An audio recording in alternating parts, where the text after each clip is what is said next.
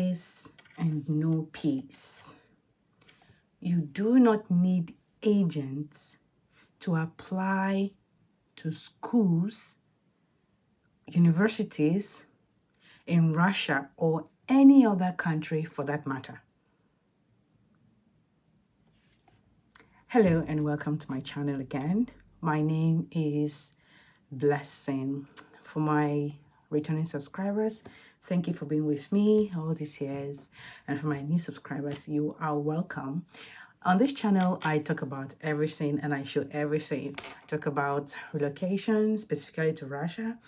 I show my daily life in Russia and any other thing interesting in my life I feel like sharing. So you're welcome. So I made a video about getting Russian residency permit, and I got a question. I'll read out the question and then I'll address it, right?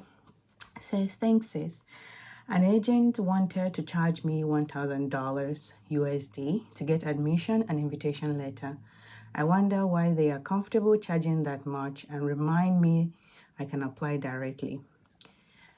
Which they are right, of course. You can apply directly. I'd like to work while studying to keep up with living expenses, somewhere with opportunities like Moscow or St. Petersburg. But agents treat me like they are doing me a favor. Some try to use shaming language to avoid admitting that I wouldn't get visa-worthy jobs while studying. They say if you are not lazy, you can do these jobs to survive. Please make more info like this, okay? First of all, they are right. You can apply to study by yourself. Now, Russia apart, right? Relocating as a student is one of the best and easiest way to relocate. Why? Especially if you're relocating as a paying student, not as a scholarship student, right? As a scholarship student, of course, you have to go through all the tests, interviews, and compete with other participants, right? So you might get, you might not get. But if you're a paying student, I can almost say there is a 90 or more than 90% chance that you will get admitted because you're paying money. You're putting in money into their economy, and which country wouldn't want that? And you're not coming to make troubles. They know you are coming as a responsible person. The fact that you can afford that money and that you can apply, you are a responsible person. You're not coming to be a burden to the economy. You're coming in there to be a positive addition to the economy, right? Now, I get that some countries, be it in Africa or Asia, I don't know about Asia, but mostly in Africa, right? We think that agents are all in all. No, it's not. I understand if you don't have the laptop or the internet or anything, but you can use your what they call it, business center, right? You can use it to search for the schools. First of all, you search what it is you want to study. Now you start searching for these keywords in your computer using Google, right? You search for these keywords. Let's say you want to study, I don't know, chemical engineering, for example. Then you search for best universities, chemical engineering, Russia, for example, if you want to come to Russia. And then you see a list of these universities, and then you start reading. You start reading their requirements for each university. And then you start saying if they meet your criteria, right? You might want a cheap university, you might want a university in the big city and stuff like that, right? You start checking all these things. You might want a university that pays by installment. You start checking about these things. And if there is any information that you can find on the website, most time, in fact, all the time, not most time, all the time, there is always a contact information on the admission page of who to contact, be it by email or WhatsApp or Telegram. But there is always a contact information on who to contact so that you can ask these questions. And most times there's always event centers, webinars, right? For admission, they call it sometimes get into the university webinars or admission webinars, but they do webinars that they talk about these things, and you can also ask questions in those webinars, right? So if you follow these steps, you don't need agents, and you need to do your own research about the country, right? On possibility, what your visas have to offer you. Now, I'm saying all this in general, but in another video, I'm going to talk about specifically in Russia, right? But in general, be it if you want to come to study in Russia or abroad, you don't need agents. Okay, I came into Russia as a scholarship student, so I didn't do all this visa thing myself. I just applied for the scholarship I wanted to go to and the exams and the interviews, and I passed. But then at one point I wanted to go to the UK, and I applied, and all the things I'm telling you is what I used, and I got admission into 2 universities. I just couldn't go because of some financial reasons, right? But the fact is that I went through all the stages and I got admission later.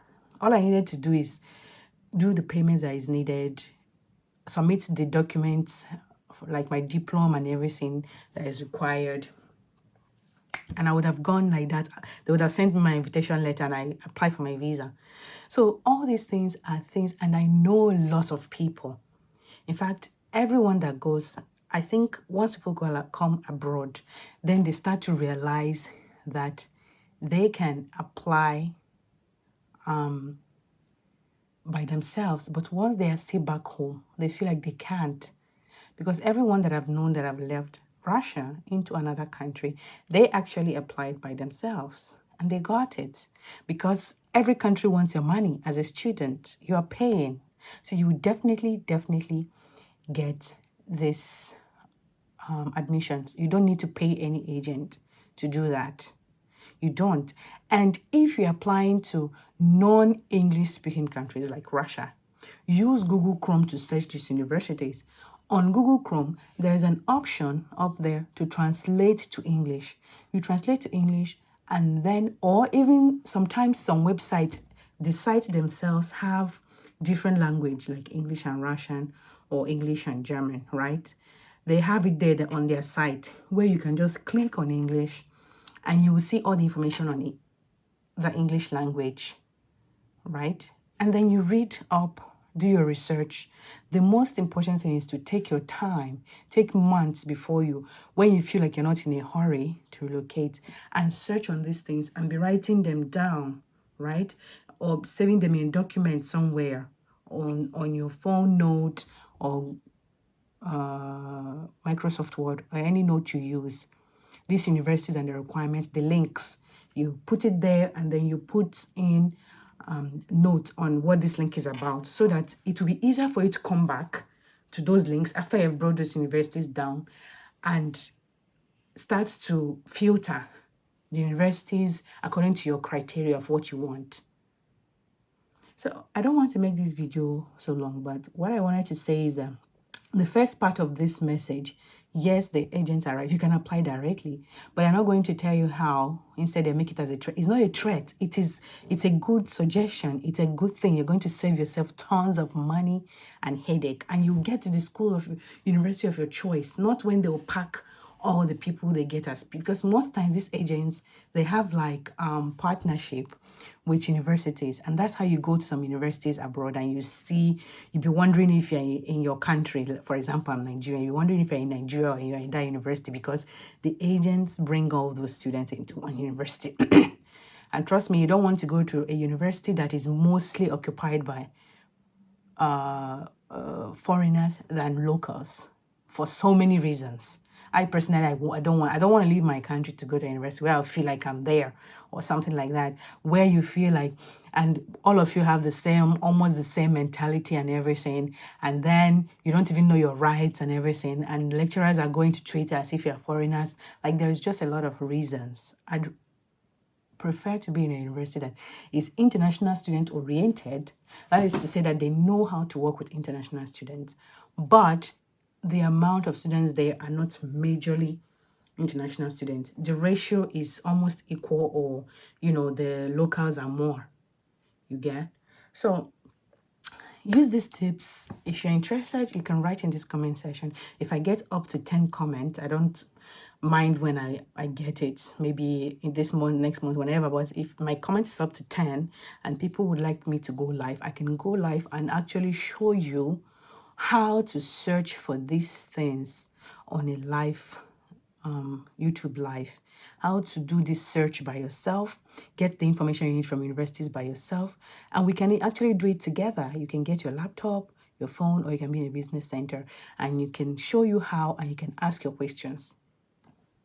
It's that easy. You don't need agents. You just need to take your time and do your own research.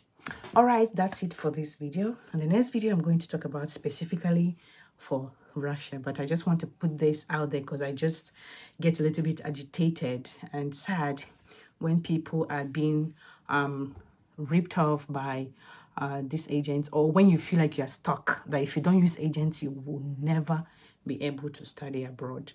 Now, if you're looking for a job or anything, that is something else altogether. I don't know about that, but for education, I know that countries want you to come. If you're spending your money, they want your money. So, easy peasy, lemon squeezy. All right, that's it for this video.